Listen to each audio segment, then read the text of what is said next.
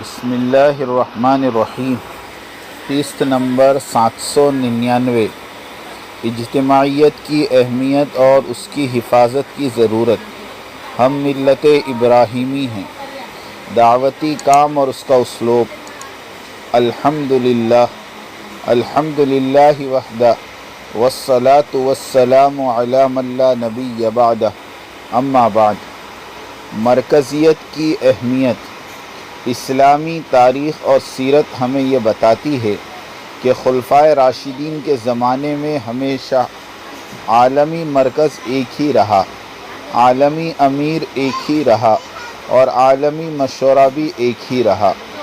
باقی ممالک میں گورنر اور امیر خلیفہ کی طرف سے متعین کردہ ہوتے تھے، جو مدینے میں موجود ایک امیر اور خلیفہ کے مشوروں میں طے ہونے والے امور اور احکامات کی تنفیذ کرتے تھے، اور اسی نظام کو اسلام نے امت کی اجتماعیت کا نام دیا ہے، اور اس اجتماعیت کو برقرار رکھنے کی اس قدر تاکید فرمائی گئی کہ اس اجتماعیت سے علیحدہ رہنے کو اور اسے توڑنے والے کو من شذ شذ فی النار، جو اجتماعیت سے علیحدہ ہوا وہ جہنم میں پہنچ گیا، فرمایا گیا۔ کس قدر سخت وعید سنائی گئی۔ فائدہ، اسی اجتماعیت کو بچانے اور امت میں فتنہ پیدا ہونے سے بچانے کے لیے حضرت عمر رضی اللہ عنہ نے کئی کبار صحابہ کو مدینے میں صرف اس لیے عملی طور پر محصور کیے رکھا اور ان حضرات کے چاہنے پر بھی مدینے سے کہیں بھی باہر جانے کی اجازت نہیں دی، اس لیے کہ ان کے مدینہ منورہ سے باہر نکلنے پر اجتماعیت کے ٹوٹنے کا خطرہ تھا اور فتنے کا اندیشہ تھا۔ ان حضرات کو جہاد کے لیے بھی مدینے سے باہر جانے کی اجازت نہ تھی، اس لیے کہ یہ حضرات جہاں تشریف لے جاتے مسلمانوں کا رجوع بجائے مرکز اسلام مدینہ کے اور بجائے امیر کے ان حضرات کی طرف ہو جاتا، اور امیر سے اور مرکز اسلام سے مسلمانوں کا تعلق کمزور پڑ جاتا۔ اس روایت کے راوی کہتے ہیں کہ حضرت عثمان غنی رضی اللہ عنہ نے ان کبار صحابہ کرام کو مدینے سے نکل کر باہر جانے کی اجازت دے دی۔ اس طرح سب سے پہلی کمزوری جو اسلام میں پیدا ہوئی اور سب سے پہلا فتنہ جو مسلمانوں میں پیدا ہوا وہ یہ تھا کہ مسلمانوں کا مرکز اسلام سے اور امیر سے تعلق کمزور پڑ گیا۔ حیات الصحابہ جلد نمبر 2 صفحہ نمبر 48، تصنیف مولانا یوسف کاندھلوی رحمۃ اللہ علیہ۔ اور یوں باطل نظریات والوں کو مسلمانوں میں پھوٹ ڈالنے کا موقع فراہم ہو گیا۔ حضرت عثمان غنی رضی اللہ تعالی عنہ کی شہادت بھی اسی وجہ سے ہوئی کہ مرکز دشمن مفاد پرست خوارج، روافض اور منافقین نے باہر اسفار کے ذریعے اپنے معتقدین کے دماغوں میں مرکز اسلام اور امیر کے خلاف نفرت پیدا کی اور انہیں بغاوت کرنے پر اکسایا اور ورغلایا، اور اس طرح اپنی طاقت اور اپنی پارٹی تیار کر لی۔ حضرت عثمان غنی رضی اللہ تعالیٰ عنہ پر طرح طرح کے بہتان اور الزامات لگائے گئے، یہاں تک کہ انہیں شہید کر دیا گیا۔ سوال یہ پیدا ہوتا ہے کہ وہ حضرات صحابہ کے جن میں عشر مبشرہ والے کچھ بزرگ بھی حیات تھے، ان کی موجودگی میں مرکز چھوڑ کر کسی دوسری جگہ چلے جانے والوں سے عظیم فتنہ پھیلا اور حضرت عثمان شہید کر دیے گئے، حالانکہ وہ کبار صحابہ امیر کی اجازت سے گئے تھے، نہ کہ بغیر اجازت۔ تو آج کے دور کے اکابرین دیولا اور لاٹ صاحبان کے مرکز نظام الدین چھوڑ کر چلے جانے سے کیا فتنہ پیدا نہیں ہوگا، جبکہ یہ اکابرین تو اجازت کے بغیر نکلے۔ فائدہ، مثل مشہور ہے کہ دودھ کا جلا چھاچھ بھی پھونک کر پیتا ہے۔ اگر حضرت جی ثالث بھی اس 7-8 شورائی بزرگوں کو مرکز نظام الدین ہی میں بٹھا کر رکھتے اور ملکوں کے اجتماعوں میں تواتر کے ساتھ نہ بھیجتے تو یہ فتنہ خبیثہ پاکستانی عالمی شورا کا فتنہ وجود میں نہیں آتا۔ اس ٹولے نے بالکل وہی کام کیا جو خوارج اور روافظ نے کیا، یعنی ہر جگہ اپنی ذات کی بزرگی کا سکہ جماتے رہے مرکز اور ذمہ داران مرکز کی کمیاں اور کوتاہیاں گنواتے رہے۔ سارے ممالک کے تبلیغی اور مدرسوں کے ذمہ داروں کو اپنے ساتھ ملا لیا اور مرکز چھوڑ کر بلا اجازت بھاگ نکلے اور فتنہ برپا کر دیا۔ حضرت جی رابع اور ان کی شورا سے بندے کی یہی التجا ہے کہ ماضی کے ان واقعات اور اس طرح کی تباہی سے مرکز کو بچائیں۔ ہر ساتھی اجتماعیت کی حفاظت کا اہتمام کرے۔ دنیا کے کسی ملک والے کو مرکز کے کسی فرد سے انفرادی تعلق بنانے کی ہمت نہ ہو۔ ہر چھوٹی بڑی بات اجتماعی مشورے سے طے ہو۔ ملکوں کی شورا اپنے اجتماعی مشورے سے خط حضرت کو لکھے اور حضرت جی کے فرمودات ای میل اور خطوط کی شکل میں ملک کی شورا کے نام ارسال کیے جائیں۔ فون اور واٹس ایپ کا سلسلہ منقطع ہو۔ یہی چیزیں اجتماعیت کی ضامن ہیں۔ ساتھیوں کی آزاد روش ہی سبب ہلاکت بن جاتی ہے۔ ہمیں شروع ہی سے نظر آتا تھا کہ یہ چھوٹا سا ٹولہ جو مرکز نظام الدین کے نام پر ساری دنیا میں پہنچ جاتا ہے، اس میں کوئی خیر نہیں ہے، ضرور یہ فساد برپا کرے گا۔ افسوس کہ جو خطرہ تھا وہ سامنے آ گیا۔ چند اکابرین کے مرکز چھوڑ کر چلے جانے سے اجتماعیت کا قتل عام ہوا اور پورے امت مسلمہ ٹکڑوں میں بٹ گئی اور تنکوں کی طرح بکھر گئی۔ دعوتی کام کے چھوڑنے پر وعید۔ رسول اللہ صلی اللہ علیہ وسلم نے فرمایا، قریب ہے کہ گمراہ قومیں تمہارے خلاف لڑنے کے لیے دوسری قوموں کو بلائیں، جس طرح کھانے والے کھانے کے برتن کی طرف ایک دوسرے کو بلاتے ہیں۔ کسی نے عرض کیا کہ اس روز ہماری تعداد کم ہونے کی وجہ سے ایسا ہوگا؟ آپ نے فرمایا نہیں، بلکہ اس روز تم زیادہ ہوگے، لیکن تم سیلاب کی جھاگ کی طرح ہوگے۔ اللہ تمہارے دشمنوں کے دلوں سے تمہاری ہیبت نکال دے گا اور تمہارے دل میں وہن ڈال دے گا۔ کسی نے عرض کیا اللہ کے رسول وہن کیا ہے؟ آپ نے فرمایا دنیا سے محبت اور موت سے کراہیت۔ ہم ملت ابراہیم ہیں، اور ابراہیم کون ہیں؟ ان ابراہیم کان امہ، ابراہیم ایک امت اور ملت ہے، قانتا للہ، اللہ والا ہے، حنیفہ، اللہ کا خاص بندہ ہے، ولم یک من المشرکین، مشرک نہیں ہے، شاکرا لانعمہ، نعمتوں پر شکر کرنے والا، اجتباہ، اللہ کا منتخب بندہ، وہداہ، ہدایت یافتہ، وآتیناہ فی الدنیا، دنیا میں نوازا گیا، وإنہ فی الآخرۃ لمن الصالحین، اور یقیناً آخرت میں نیک لوگوں میں سے ہو۔ پوری 9 خوبیاں بیان کر کے اپنے محبوب رسول اللہ صلی اللہ علیہ وسلم سے فرمایا گیا واتبع ملت ابراہیم حنیفہ، اس ابراہیم کی اتباع کرو۔ اسلوب دعوت، جس بات کی دعوت دینا چاہتے ہو تو دعوت دینے سے پہلے اس بات کی حقیقت اور اس کی عظمت اور اہمیت کو کھول کھول کر سمجھاؤ، پھر اس بات کی طرف دعوت دو۔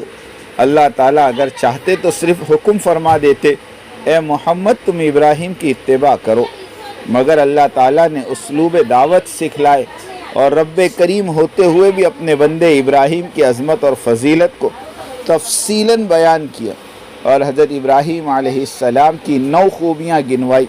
پھر اپنے رسول صلی اللہ علیہ وسلم سے فرمایا تم ابراہیم کی اتباع کرو۔ فائدہ، ہم بجائے بندوں کی خوبیوں کے گنوانے کے 6 باتیں اہمیت اور عظمت کے ساتھ بیان کریں اور پھر دعوت دیں کہ بھائیو آپ بھی اس دعوتی کام میں ہمارے ساتھ ہو جائیں، تاکہ ہم سب مل کر اس دعوتی کام کو انجام دیتے ہوئے ان 6 صفات کو اپنے اندر پیدا کریں تاکہ سارے دین پر عمل کرنا آسان ہو جائے۔ فائدہ، اللہ تعالیٰ نے اپنے اس برگزیدہ دوست اور پیارے نبی ابراہیم علیہ السلام کا تذکرہ قرآن مجید میں بہت سی جگہ فرمایا۔ امام الناس، حنیف اور مسلم کہا اور آل عمران میں بھی تفصیلی ذکر فرمایا۔ ایک مکمل سورت سورہ ابراہیم نازل فرمائی اور اکثر انبیاء کرام انہی کی اولاد میں سے ہیں۔ ابراہیم علیہ السلام کے نام کی وجہ تسمیہ کے بارے میں بائبل کا بیان ہے کہ خدا تعالیٰ ان سے مخاطب ہو کر کہتا ہے دیکھ میرا عہد تیرے ساتھ ہے اور تو بہت سی قوموں کا باپ ہوگا، اور تیرا نام ابرام نہیں بلکہ ابراہم ہوگا، کیونکہ میں نے تجھے قوموں کا باپ بنایا ہے۔ اکثر مورخین کے نزدیک ابراہم اور ابراہیم دونوں لفظ ہیں، ہو سکتا ہے پہلے آپ کا نام ابراہیم ہو اور پھر ابراہم یا ابو رحم ہو گیا ہو۔ مسلمان ان کو خلیل اللہ کہتے ہیں۔ ابراہیم کی نسل سے کئی پیغمبر پیدا ہوئے جن کا تذکرہ عہد نامہ قدیم میں اولڈ ٹیسٹمنٹ میں ہے۔ اسلام کی کتاب القرآن میں ایسے انبیاء کا ذکر ہے جو ابراہیم کی نسل میں سے تھے، اور انبیاء میں آخری نبی محمد صلی اللہ علیہ وسلم یہ بھی ابراہیم علیہ السلام کی نسل میں سے ہیں۔ ابراہیم علیہ السلام شرک، ستارہ پرستی اور بت سازی کے خلاف اپنی قوم اور اوروں کے ساتھ مناظرہ اور مجادلہ بڑا زور سے کیا کرتے تھے۔ حضرت ابراہیم کو بچپن میں ہی رشد و ہدایت سے سرفراز فرمایا گیا اور قلب سلیم بھی عنایت فرمایا گیا۔ تکوینی عجائبات اور ملکوت السماوات والارض ان کے سامنے تھے، انہی کے مشاہدے سے ان کو یقین کامل حاصل ہوا۔ بت پرستی کے خلاف حضرت ابراہیم کے مناظرے اور مجادلے کا ذکر بھی قرآن کریم میں کئی بار آیا ہے۔ قرآن حکیم میں حضرت ابراہیم اور آزر کے عقائد کے اختلاف کو جس طرح نمایاں کیا گیا ہے، اور جس طرح آپ اپنی قوم کے شرک سے متنفر اور متصادم ہوئے، اس سے ہم آپ کی عظمت اور جلالت کی حقیقت کو آپ کی ذات محترم میں پا سکتے ہیں اور اپنے لیے شمع ہدایت بھی روشن کر سکتے ہیں۔ اس توحید حقیقی کی وجہ سے مسلمانوں کو اپنے ملتی ابراہیمی ہونے پر فخر ہے۔ حضرت ابراہیم کے بارے میں یہ تو کہیں وضاحت نہیں ملی کہ کیا وحی ان پر نازل ہوئی، البتہ قرآن کریم میں ایک جگہ اس امر کی تصدیق ہوئی کہ اللہ تعالیٰ آپ سے ہم کلام تھا۔ اہل تاریخ کے نزدیک متعدد صحیفے تھے جو حضرت ابراہیم پر نازل ہوئے۔ ایک صحیفہ جو ان کی طرف سے منسوب ہے یونانی زبان سے انگریزی میں ترجمہ ہو کر شائع ہو چکا ہے۔ حضرت ابراہیم علیہ السلام کے دین کے بارے میں قرآن مجید میں کئی جگہ پر ارشاد ہوتا ہے کہ آپ موحد، مسلم اور راست باز تھے۔ حد سے گزر جانا پریشانی لاتا ہے۔ حضرت موسیٰ علیہ السلام حضرت خضر علیہ السلام کی تلاش میں کئی دن چلتے رہے۔ بھوک پیاس نے نہیں ستایا، لیکن جب حضرت خضر والی جگہ سے تجاوز کر کے آگے نکل گئے تو تھکان محسوس کی اور اپنے غلام سے فرمایا فَلَمَّا جَاوَزَا قَالَ لِفَتَاهُ آتِنَا غَدَاءَنَا لَقَدْ لَقِينَا مِن سَفَرِنَا هَذَا نَصَبًا۔ ترجمہ: جب یہ دونوں وہاں سے آگے بڑھ گئے تو موسیٰ علیہ السلام نے اپنے نوجوان سے کہا کہ لا، ہمارا ناشتہ دے، ہمیں تو اس سفر سے سخت تکلیف پہنچی۔ فائدہ: حد سے بڑھنا، تجاوز کرنا، خلاف معمول عمل کرنے سے تکلیف اور ایذا کا پیش آنا یہ تکوینی امر ہے، لیکن اس قصے میں بڑی خیر اور بڑی معرفت چھپی ہوئی ہے۔ نمبر 1، مقربین کے لیے اللہ کی طرف سے مزید قربت والا انعام ہے، اور ابرار اور صلحاء کے لیے سبق اور عوام کے لیے عبرت۔ فائدہ: خضر کا نام خضر اس لیے پڑ گیا کہ ایک مرتبہ سفید زمین پر بیٹھے تھے تو زمین کا نچلا حصہ سرسبز ہو کر لہلہانے لگا، اسی وجہ سے ان کا نام خضر پڑ گیا۔ صحیح بخاری تفسیر سورہ کہف۔ دوسری بات یہ ہے کہ صحابہ نے حضور صلی اللہ علیہ وسلم سے حضرت خضر کے بارے میں دریافت کیا تو حضور صلی اللہ علیہ وسلم نے فرمایا یقیناً موسیٰ علیہ السلام والا خضر مر گیا۔ اب جتنے قصے کہانیوں میں خضر سے ملاقات کی باتیں بیان کی جاتی ہے سب غلط اور موضوع قسم کی روایات اور کہانیاں ہیں۔ اس قصے موسیٰ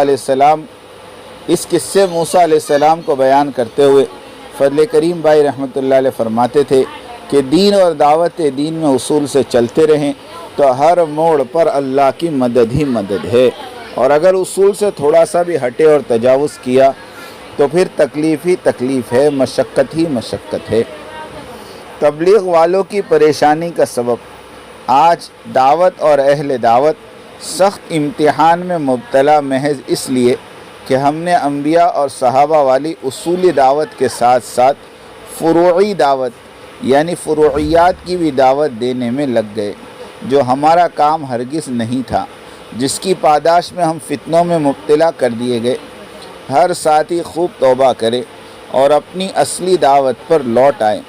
حضرت جی ثانی مولانا محمد یوسف صاحب رحمۃ اللہ علیہ تقریباً 20 سال تک روزانہ 6 سے 8 گھنٹے صرف کلمہ طیبہ پر بولتے رہے۔ فروعیات کی طرف توجہ ہی نہیں فرمائی۔ اللہ تعالیٰ دعوتی کام کی، مرکز کی اور اس کی اجتماعیت کی تا قیامت حفاظت فرمائے اور ساری انسانیت کی عمومیت کی ہدایت کے فیصلے فرمائے۔ آمین آمین آمین۔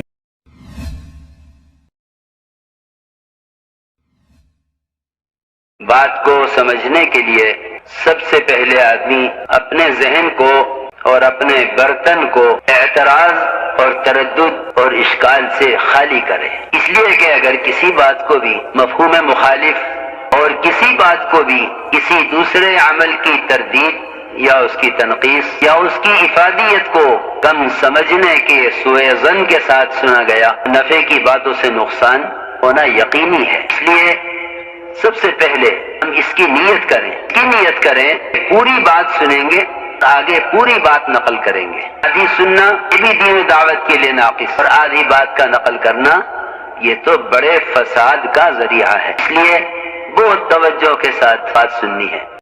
اور اگر آپ نے ابھی تک ہمارا چینل سبسکرائب نہیں کیا تو فوراً سبسکرائب کیجئے، ساتھ ہی بیل آئیکن پر کلک کریں تاکہ مزید آنے والی ویڈیو ہیں وہ آپ کو وقت پر ملتی رہیں۔